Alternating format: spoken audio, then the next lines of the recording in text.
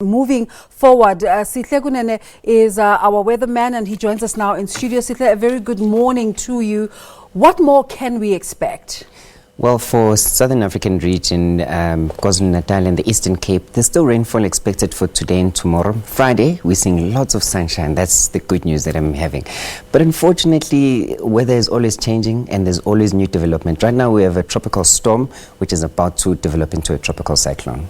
Which is quite scary considering what happened the last time we were talking about a cyclone that went across 3 countries. Which countries will be impacted this time? Well, right now, as we speak, it's in the northern parts of Madagascar. So in between Madagascar and Mozambique, you find that there are 3 little islands, Comoros, and a little bit of some islands there. So they are being affected right now as we speak by heavy rains and strong winds. But the northern parts of Mozambique and the southern parts of Tanzania are now the ones that will be mostly affected, unfortunately. And this is expected to make landfall by Friday afternoon, and then throughout the weekend it will just be wreaking havoc along the northern parts of Mozambique and the southern parts of Tanzania. And as it moves inland, what's confusing us, Desiree, is that usually tropical cyclones, as soon as they move inland, they're supposed to lose power because there isn't enough moisture and heat. But this one, according to the models, it's going inland. While it's inland, it's wreaking even more devastation. So it's becoming mature as it's inland and causing even more rain. Which is worrying because it means people such as us who live inland must also take heed. Luckily, we are very far from it, so we're okay, we're very far from it. But the northern parts of Mozambique, so you're going to see something that we saw with the previous tropical cyclone Idai. We saw lots of people being misplaced, moving away from their homes, losing almost all they have. What is it about Mozambique that makes it so prone to bad weather? Is it where it's placed? Exactly. Can you explain that for us? Exactly, correct. It's where it's placed. Now, it's in the tropical region, but not in exactly the tropics. So you know that the equator is at 0 degrees, and then just to the south of the equator, you find the tropics. Now, along the tropics, we are in the mid-latitudes, so it's in between, of course, the southern parts and the tropics. So along the tropics, you find lots of moisture. There's an abundance of moisture. There's an abundance of heat. You know, if you go to Central Africa, it's very hot. You find average temperatures of 34 degrees. We complain about 35 and they say, this is usual. This is normal for us. Massively hot. So because of where they are and the location in the African continent, so they're along the eastern coastline. So they're adjacent to the ocean. And because of that, the tropical cyclones need moisture, which they develop as a storm over the ocean and then move. The first country that they find, unfortunately, the very thing that we like Mozambique for is the one thing that is there makes it susceptible to these dangerous weather conditions. Unfortunately. Now, our viewers and radio listeners, people, a certain segment of the community are interested in weather forecasts. What can we say to our viewers now about following these to the letter, especially at times like these? I'll tell you that a lot of work goes into these things. A lot. I mean, I studied for 5.5 years and I'm not even doing these things. There are people who studied for years and they even knew cyclones, not really cyclones, but they knew weather systems that have been found today by my lecturer. It was so nice to speak to your old lecturers and then they tell you, listen, Sihle, I found a new African law and I need to tell you about it. I'm like, tell me about it. Then she explained to it. It was really nice. So there's a lot of work that goes into forecasting, the research, and the amount of money that they pay. For instance, the supercomputers that we use to run all the models to produce the weather are the most expensive supercomputers in the world. And of course, in Africa, we have one of the best. So that's why I say that if we produce a forecast, there's a lot that went into it. So just listen to it. And because these systems are big, we've been studying them for years. Not me, but I studied for 5 years. But other people have been studying for longer. So they know exactly what's happening. When they say that... So essentially we're saying there's a method in the madness. A big method. The method involves big numbers, big data. It's a lot. But there's also these warnings for people to stay home. We covered, I think it was with Manushni in KZN yesterday, where nearly 4 family members perished and they were home. How, when I'm a viewer and I'm listening to these warnings, what to do? You see, this is the tricky part.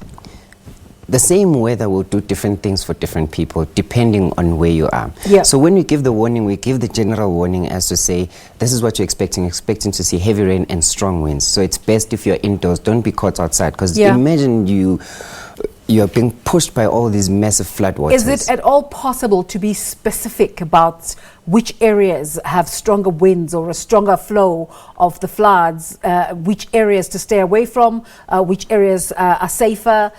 Yes. Is it possible at all? It is very possible, and it depends on the system. The latest ones that we have, the models can see things up to a resolution of 4 kilometers. Okay. Now, if you look at a tropical cyclone, just the eye of the storm is that central part that rotates. Just the eye is about 50 kilometers wide.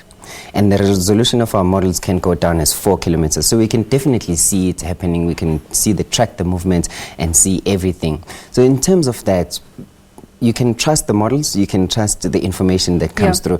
The problem is going to everyone and forecasting for each and every little area. That seems to be impossible. If we can ask your hand to just put up another image that we're going to speak to. Okay, that image is gone. We'll deal with it later.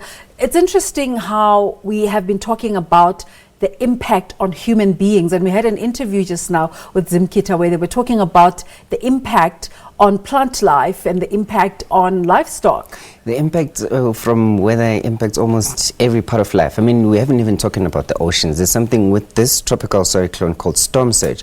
Which is where it all starts. Exactly. So there's a lot. We focus on the impact on human beings because they're the ones that we speak to, and they can make decisions. They can make decisions, and for the animals and the plants, they can take care of them. So our part is to give the information to the human beings. Then they can take decisions and, of course, take care of the animals, the plants, and everything that seems to be vulnerable from these such devastating weather conditions. But you were saying something, I think you didn't finish your point, where you were saying we can speak about the oceans as well and how the movement there is creating all of this. Yes.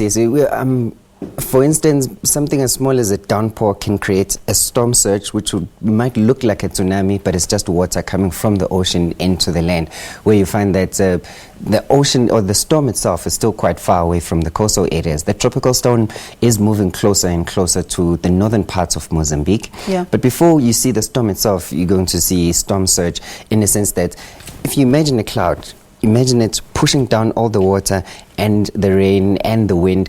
As it pushes it down, as it gets into the floor or into the ocean, it spreads out. So along the ocean, it pushes the water into the land. To push it to when you speak about the tropical storm coming closer and closer, one of the conversations that has been going on this morning is about the readiness of communities and society and government to react to these weather events. What is your sense? Unfortunately, I won't lie to you, we're not as ready as we're supposed to, given the amount of weather hazards and disasters that we face. I mean, this is the second one, which will definitely cause some serious damage. Yeah. And still, the people along that northern coastline, although they may have been told, but because it's rural areas, number one, it's difficult to get to them. Number two, it's difficult to get the message across to them because of many reasons, geographics. You could name many reasons, but the problem is that the message is there. It's just difficult to, number one, get the people to trust us. For instance, I'm here in Southern Africa, I'm speaking English, and they definitely won't hear me. They'll listen to their local meteorologist. Yeah. But they don't have the same severe weather impact system that we have here in Southern Africa. They don't have the same infrastructure that we have to forecast all of these things. You actually will be surprised. I mean, when Idai was happening, we were speaking to a weather person from Zimbabwe, and they were so well versed about what was happening. But let's speak about the possibility of Kenneth. There it says this week, flooding, damaging winds, mudslides and rough seas. Yes. At an individual level, at a family level, at a community level, what can people do to ensure that they are safe and are able to withstand the effects of these weather conditions? I'd say your life is the most important thing that you can have right now, that you need to take care of. And of course, so if you can get to higher ground, whether it be visiting your relatives or just moving altogether, take the most valuable things and just get out of the area that's expected to see some damage. Or because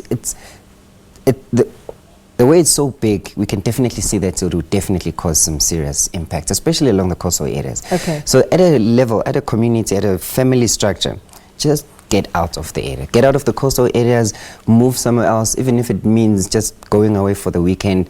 Because it's no use holding on to that last table only to find that you're going to end up leaving with it. Absolutely. Yeah. So for our viewers, the point of contact is television, obviously, and some people listen to radio. What are the other information platforms that people can use to find out what to expect in terms of weather conditions? Well, there's the forever growing internet, where you can definitely find more recent updates. But then again, here in Southern Africa, we have local disaster managers. They're the ones that are responsible for actually saying that hall or that church will be used as a community center, as an evacuation center. They have the resources to say that we need so and so blankets, we need so much food. And when the food comes, it comes straight into the disaster management centers. So that's what we have luckily here in Southern Africa. I'm not sure about Mozambique, but they are supposed to have such structures in place to make sure that, okay, when we do have a disaster, this is where we go to. Sihle, thank you so much. We hope that that information has been valuable for you. You're watching The Agenda. Let's take a break. Sihle will be back later on in the show to give us the latest.